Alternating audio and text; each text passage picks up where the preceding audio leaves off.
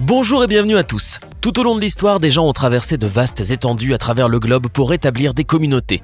Certaines d'entre elles sont même devenues de grandes villes qui abritent maintenant des millions d'individus. Cependant, il existe aussi certaines personnes qui ont choisi de rester dans des groupes plus petits, qui sont aujourd'hui très peu connus. Ces communautés ont résisté à l'épreuve du temps dans une solitude quasi totale. Voici les 5 communautés les plus isolées du bout du monde. N'hésitez pas à liker la vidéo si elle vous plaît et si vous êtes nouveau sur la chaîne, n'oubliez pas de vous abonner et d'activer la notification pour ne rater aucune de nos prochaines vidéos. On commence.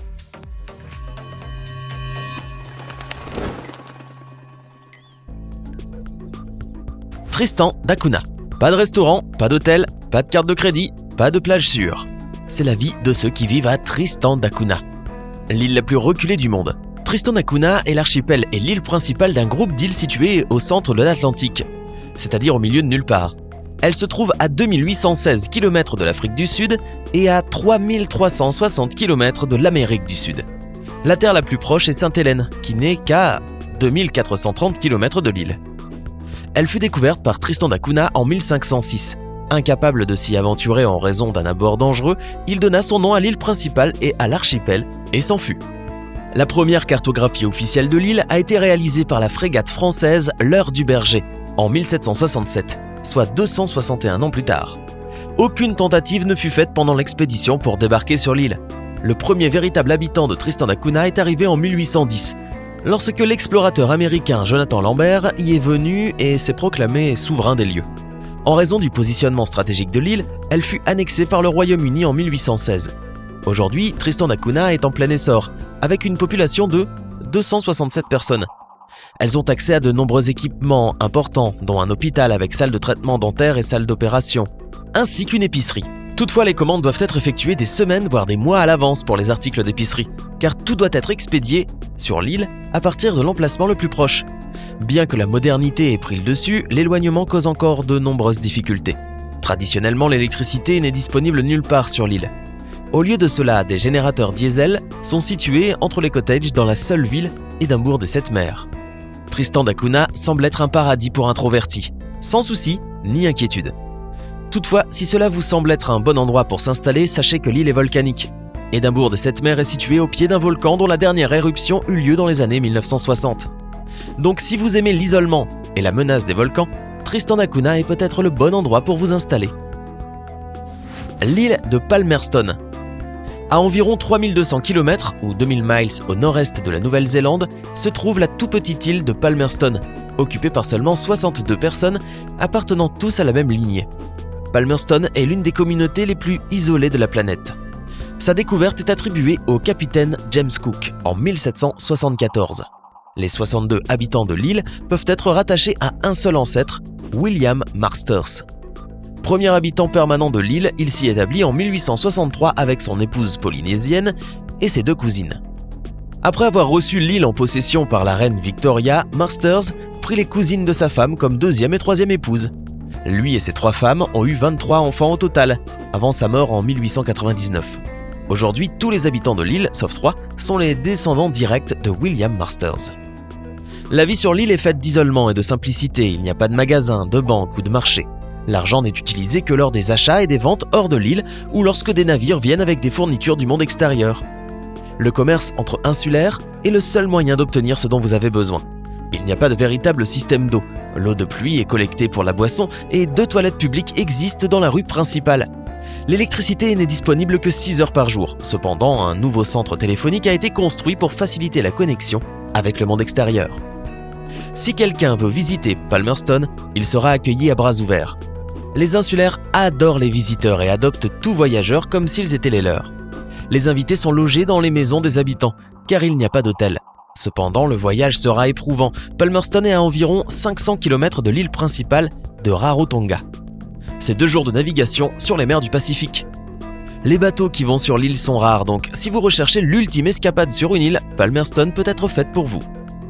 Mais avant de continuer, êtes-vous capable de répondre à la question du jour? Oui? Alors écoutez bien. Quelle est la capitale de la Birmanie? Est-ce option A, Naypyidaw, option B, Palo ou encore option C, Vienne? Réfléchissez bien et écrivez ce que vous pensez être la bonne réponse dans les commentaires. Réponse tout à l'heure, en fin de vidéo. La Rinconada, Pérou. Dans les Andes péruviennes, à 64 km au nord du lac Titicaca, se trouve la ville de Rinconada au Pérou. Qu'est-ce qui rend cette ville si spéciale ? C'est la plus haute habitation humaine du monde. La Rinconada a été construite à une hauteur de plus de 4900 mètres. Située au sommet du mont Anaya, elle affronte des températures inférieures à zéro pendant la majeure partie de l'année. À une telle hauteur, les visiteurs peuvent s'attendre à ressentir les effets de l'altitude, notamment des maux de tête, des nausées, un essoufflement et même la mort dans certains cas extrêmes. Environ 50 000 personnes ont maintenu et élu domicile dans cette ville. Au-delà de son isolement et des températures glaciales, elle ne dispose d'aucun équipement de base moderne et n'a qu'une faible infrastructure. La Rinconada n'a pas de système d'assainissement ni de plomberie, ce qui en fait un lieu de saleté et de dénuement. Le ramassage des ordures est inexistant. La plupart des gens enterrent leurs ordures en dehors de la ville ou les laissent simplement là où elles tombent. Les personnes qui vivent et travaillent à la Rinconada sont également confrontées à des conditions dangereuses lorsqu'elles entrent et sortent de leur cité au perché, car les seules routes qui y mènent sont aussi sales que la ville elle-même et sont couvertes de glace la plupart des jours de l'année. Mais qu'est-ce qui a poussé tous ces gens à vivre dans une ville d'isolement et de crasse ? Eh bien, l'or. On a appris que la région autour de la Rinconada en était remplie. Entre 2001 et 2009, la ville a explosé avec une augmentation de 230% du nombre de ses habitants. Sans réglementation, les mines opèrent sous une structure informelle appelée le système de cachorreo. Les mineurs travaillent sans rémunération pendant un mois. Cependant, après leur période de travail, ils peuvent ramener chez eux autant de minerais qu'ils peuvent transporter, mais ils ne savent jamais combien d'or il contient. Isolé, sale, pauvre, triste.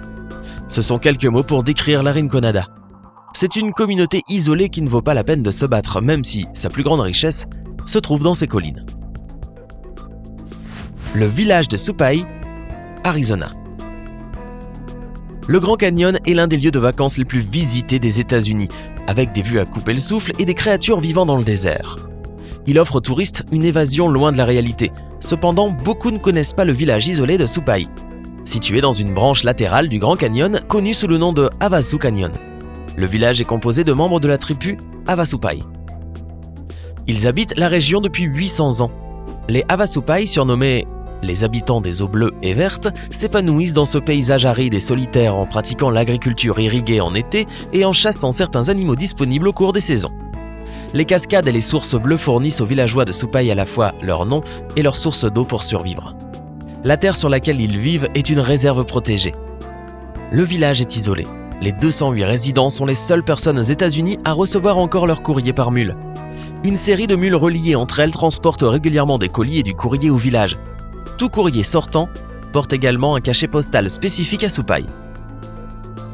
Les touristes sont invités à visiter Supai et sa beauté naturelle, mais il faudra des compétences en randonnée et de la détermination pour y arriver. Le village est situé à 56 km du centre touristique du Grand Canyon, à 35 km de là.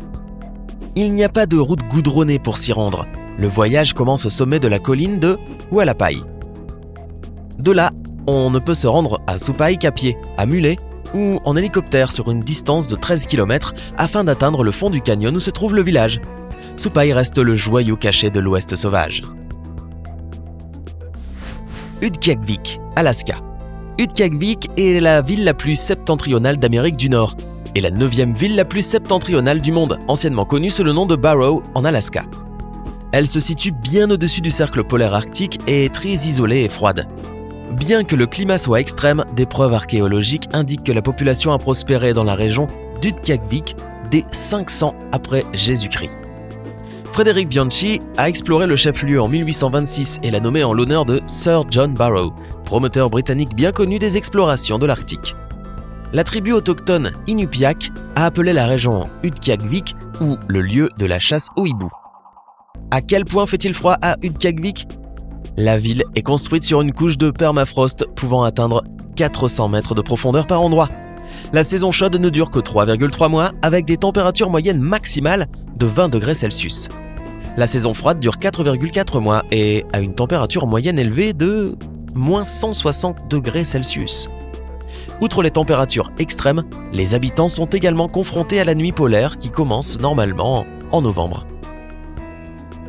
Le soleil se couche à Utqiagvik et ne se lève plus pendant environ 65 jours. Néanmoins, les 4429 habitants de la zone, avec plus de 60% d'Esquimaux Inupiaq, prospèrent même dans la toundra arctique. Ces survivants polaires jouissent d'une qualité de vie et d'une vitalité exceptionnelle. Leurs maisons sont chauffées au gaz naturel des gisements locaux. Ils ont également des systèmes modernes d'eau et d'égouts. Le ramassage des ordures est également effectué par la ville. Cette dernière compte 7 églises, diverses écoles et le collège Ilisagvik. La communication est facile car sont présents le téléphone, le courrier, la radio, le câble et Internet. Vous voulez visiter Udkagvik ? Vous pouvez profiter des hôtels, des restaurants, d'un nettoyage à sec, d'une banque et d'un magasin de fourrure. Bien que la modernité y ait sa place, les autochtones continuent de prendre part à la chasse à la baleine et à la chasse aux phoques pour les longs et durs hivers. Cependant, vous ne pouvez vous rendre dans cet endroit éloigné qu'en avion, et ce n'est pas donné. Donc, si vous êtes intéressé par le froid extrême, la solitude lointaine et la nuit perpétuelle, Utqiagvik pourrait être bien le meilleur endroit pour vous. Laquelle de ces communautés vous a le plus étonné ? Faites-le nous savoir dans les commentaires. Sinon, Naypyidaw est depuis novembre 2005 la capitale de la Birmanie. Située dans le sud de la région de Mandalay, à 320 km au nord de la précédente capitale, Rangoon Naypyidaw est une ville dont la population est estimée à 1 million d'habitants. J'espère que vous avez été nombreux à trouver la bonne réponse. Hey, c'est tout pour aujourd'hui. Si vous avez aimé la vidéo, n'oubliez pas de la liker et de la partager avec vos amis. Et si vous êtes nouveau sur la chaîne, n'oubliez pas de vous abonner et d'activer la notification. Bye bye!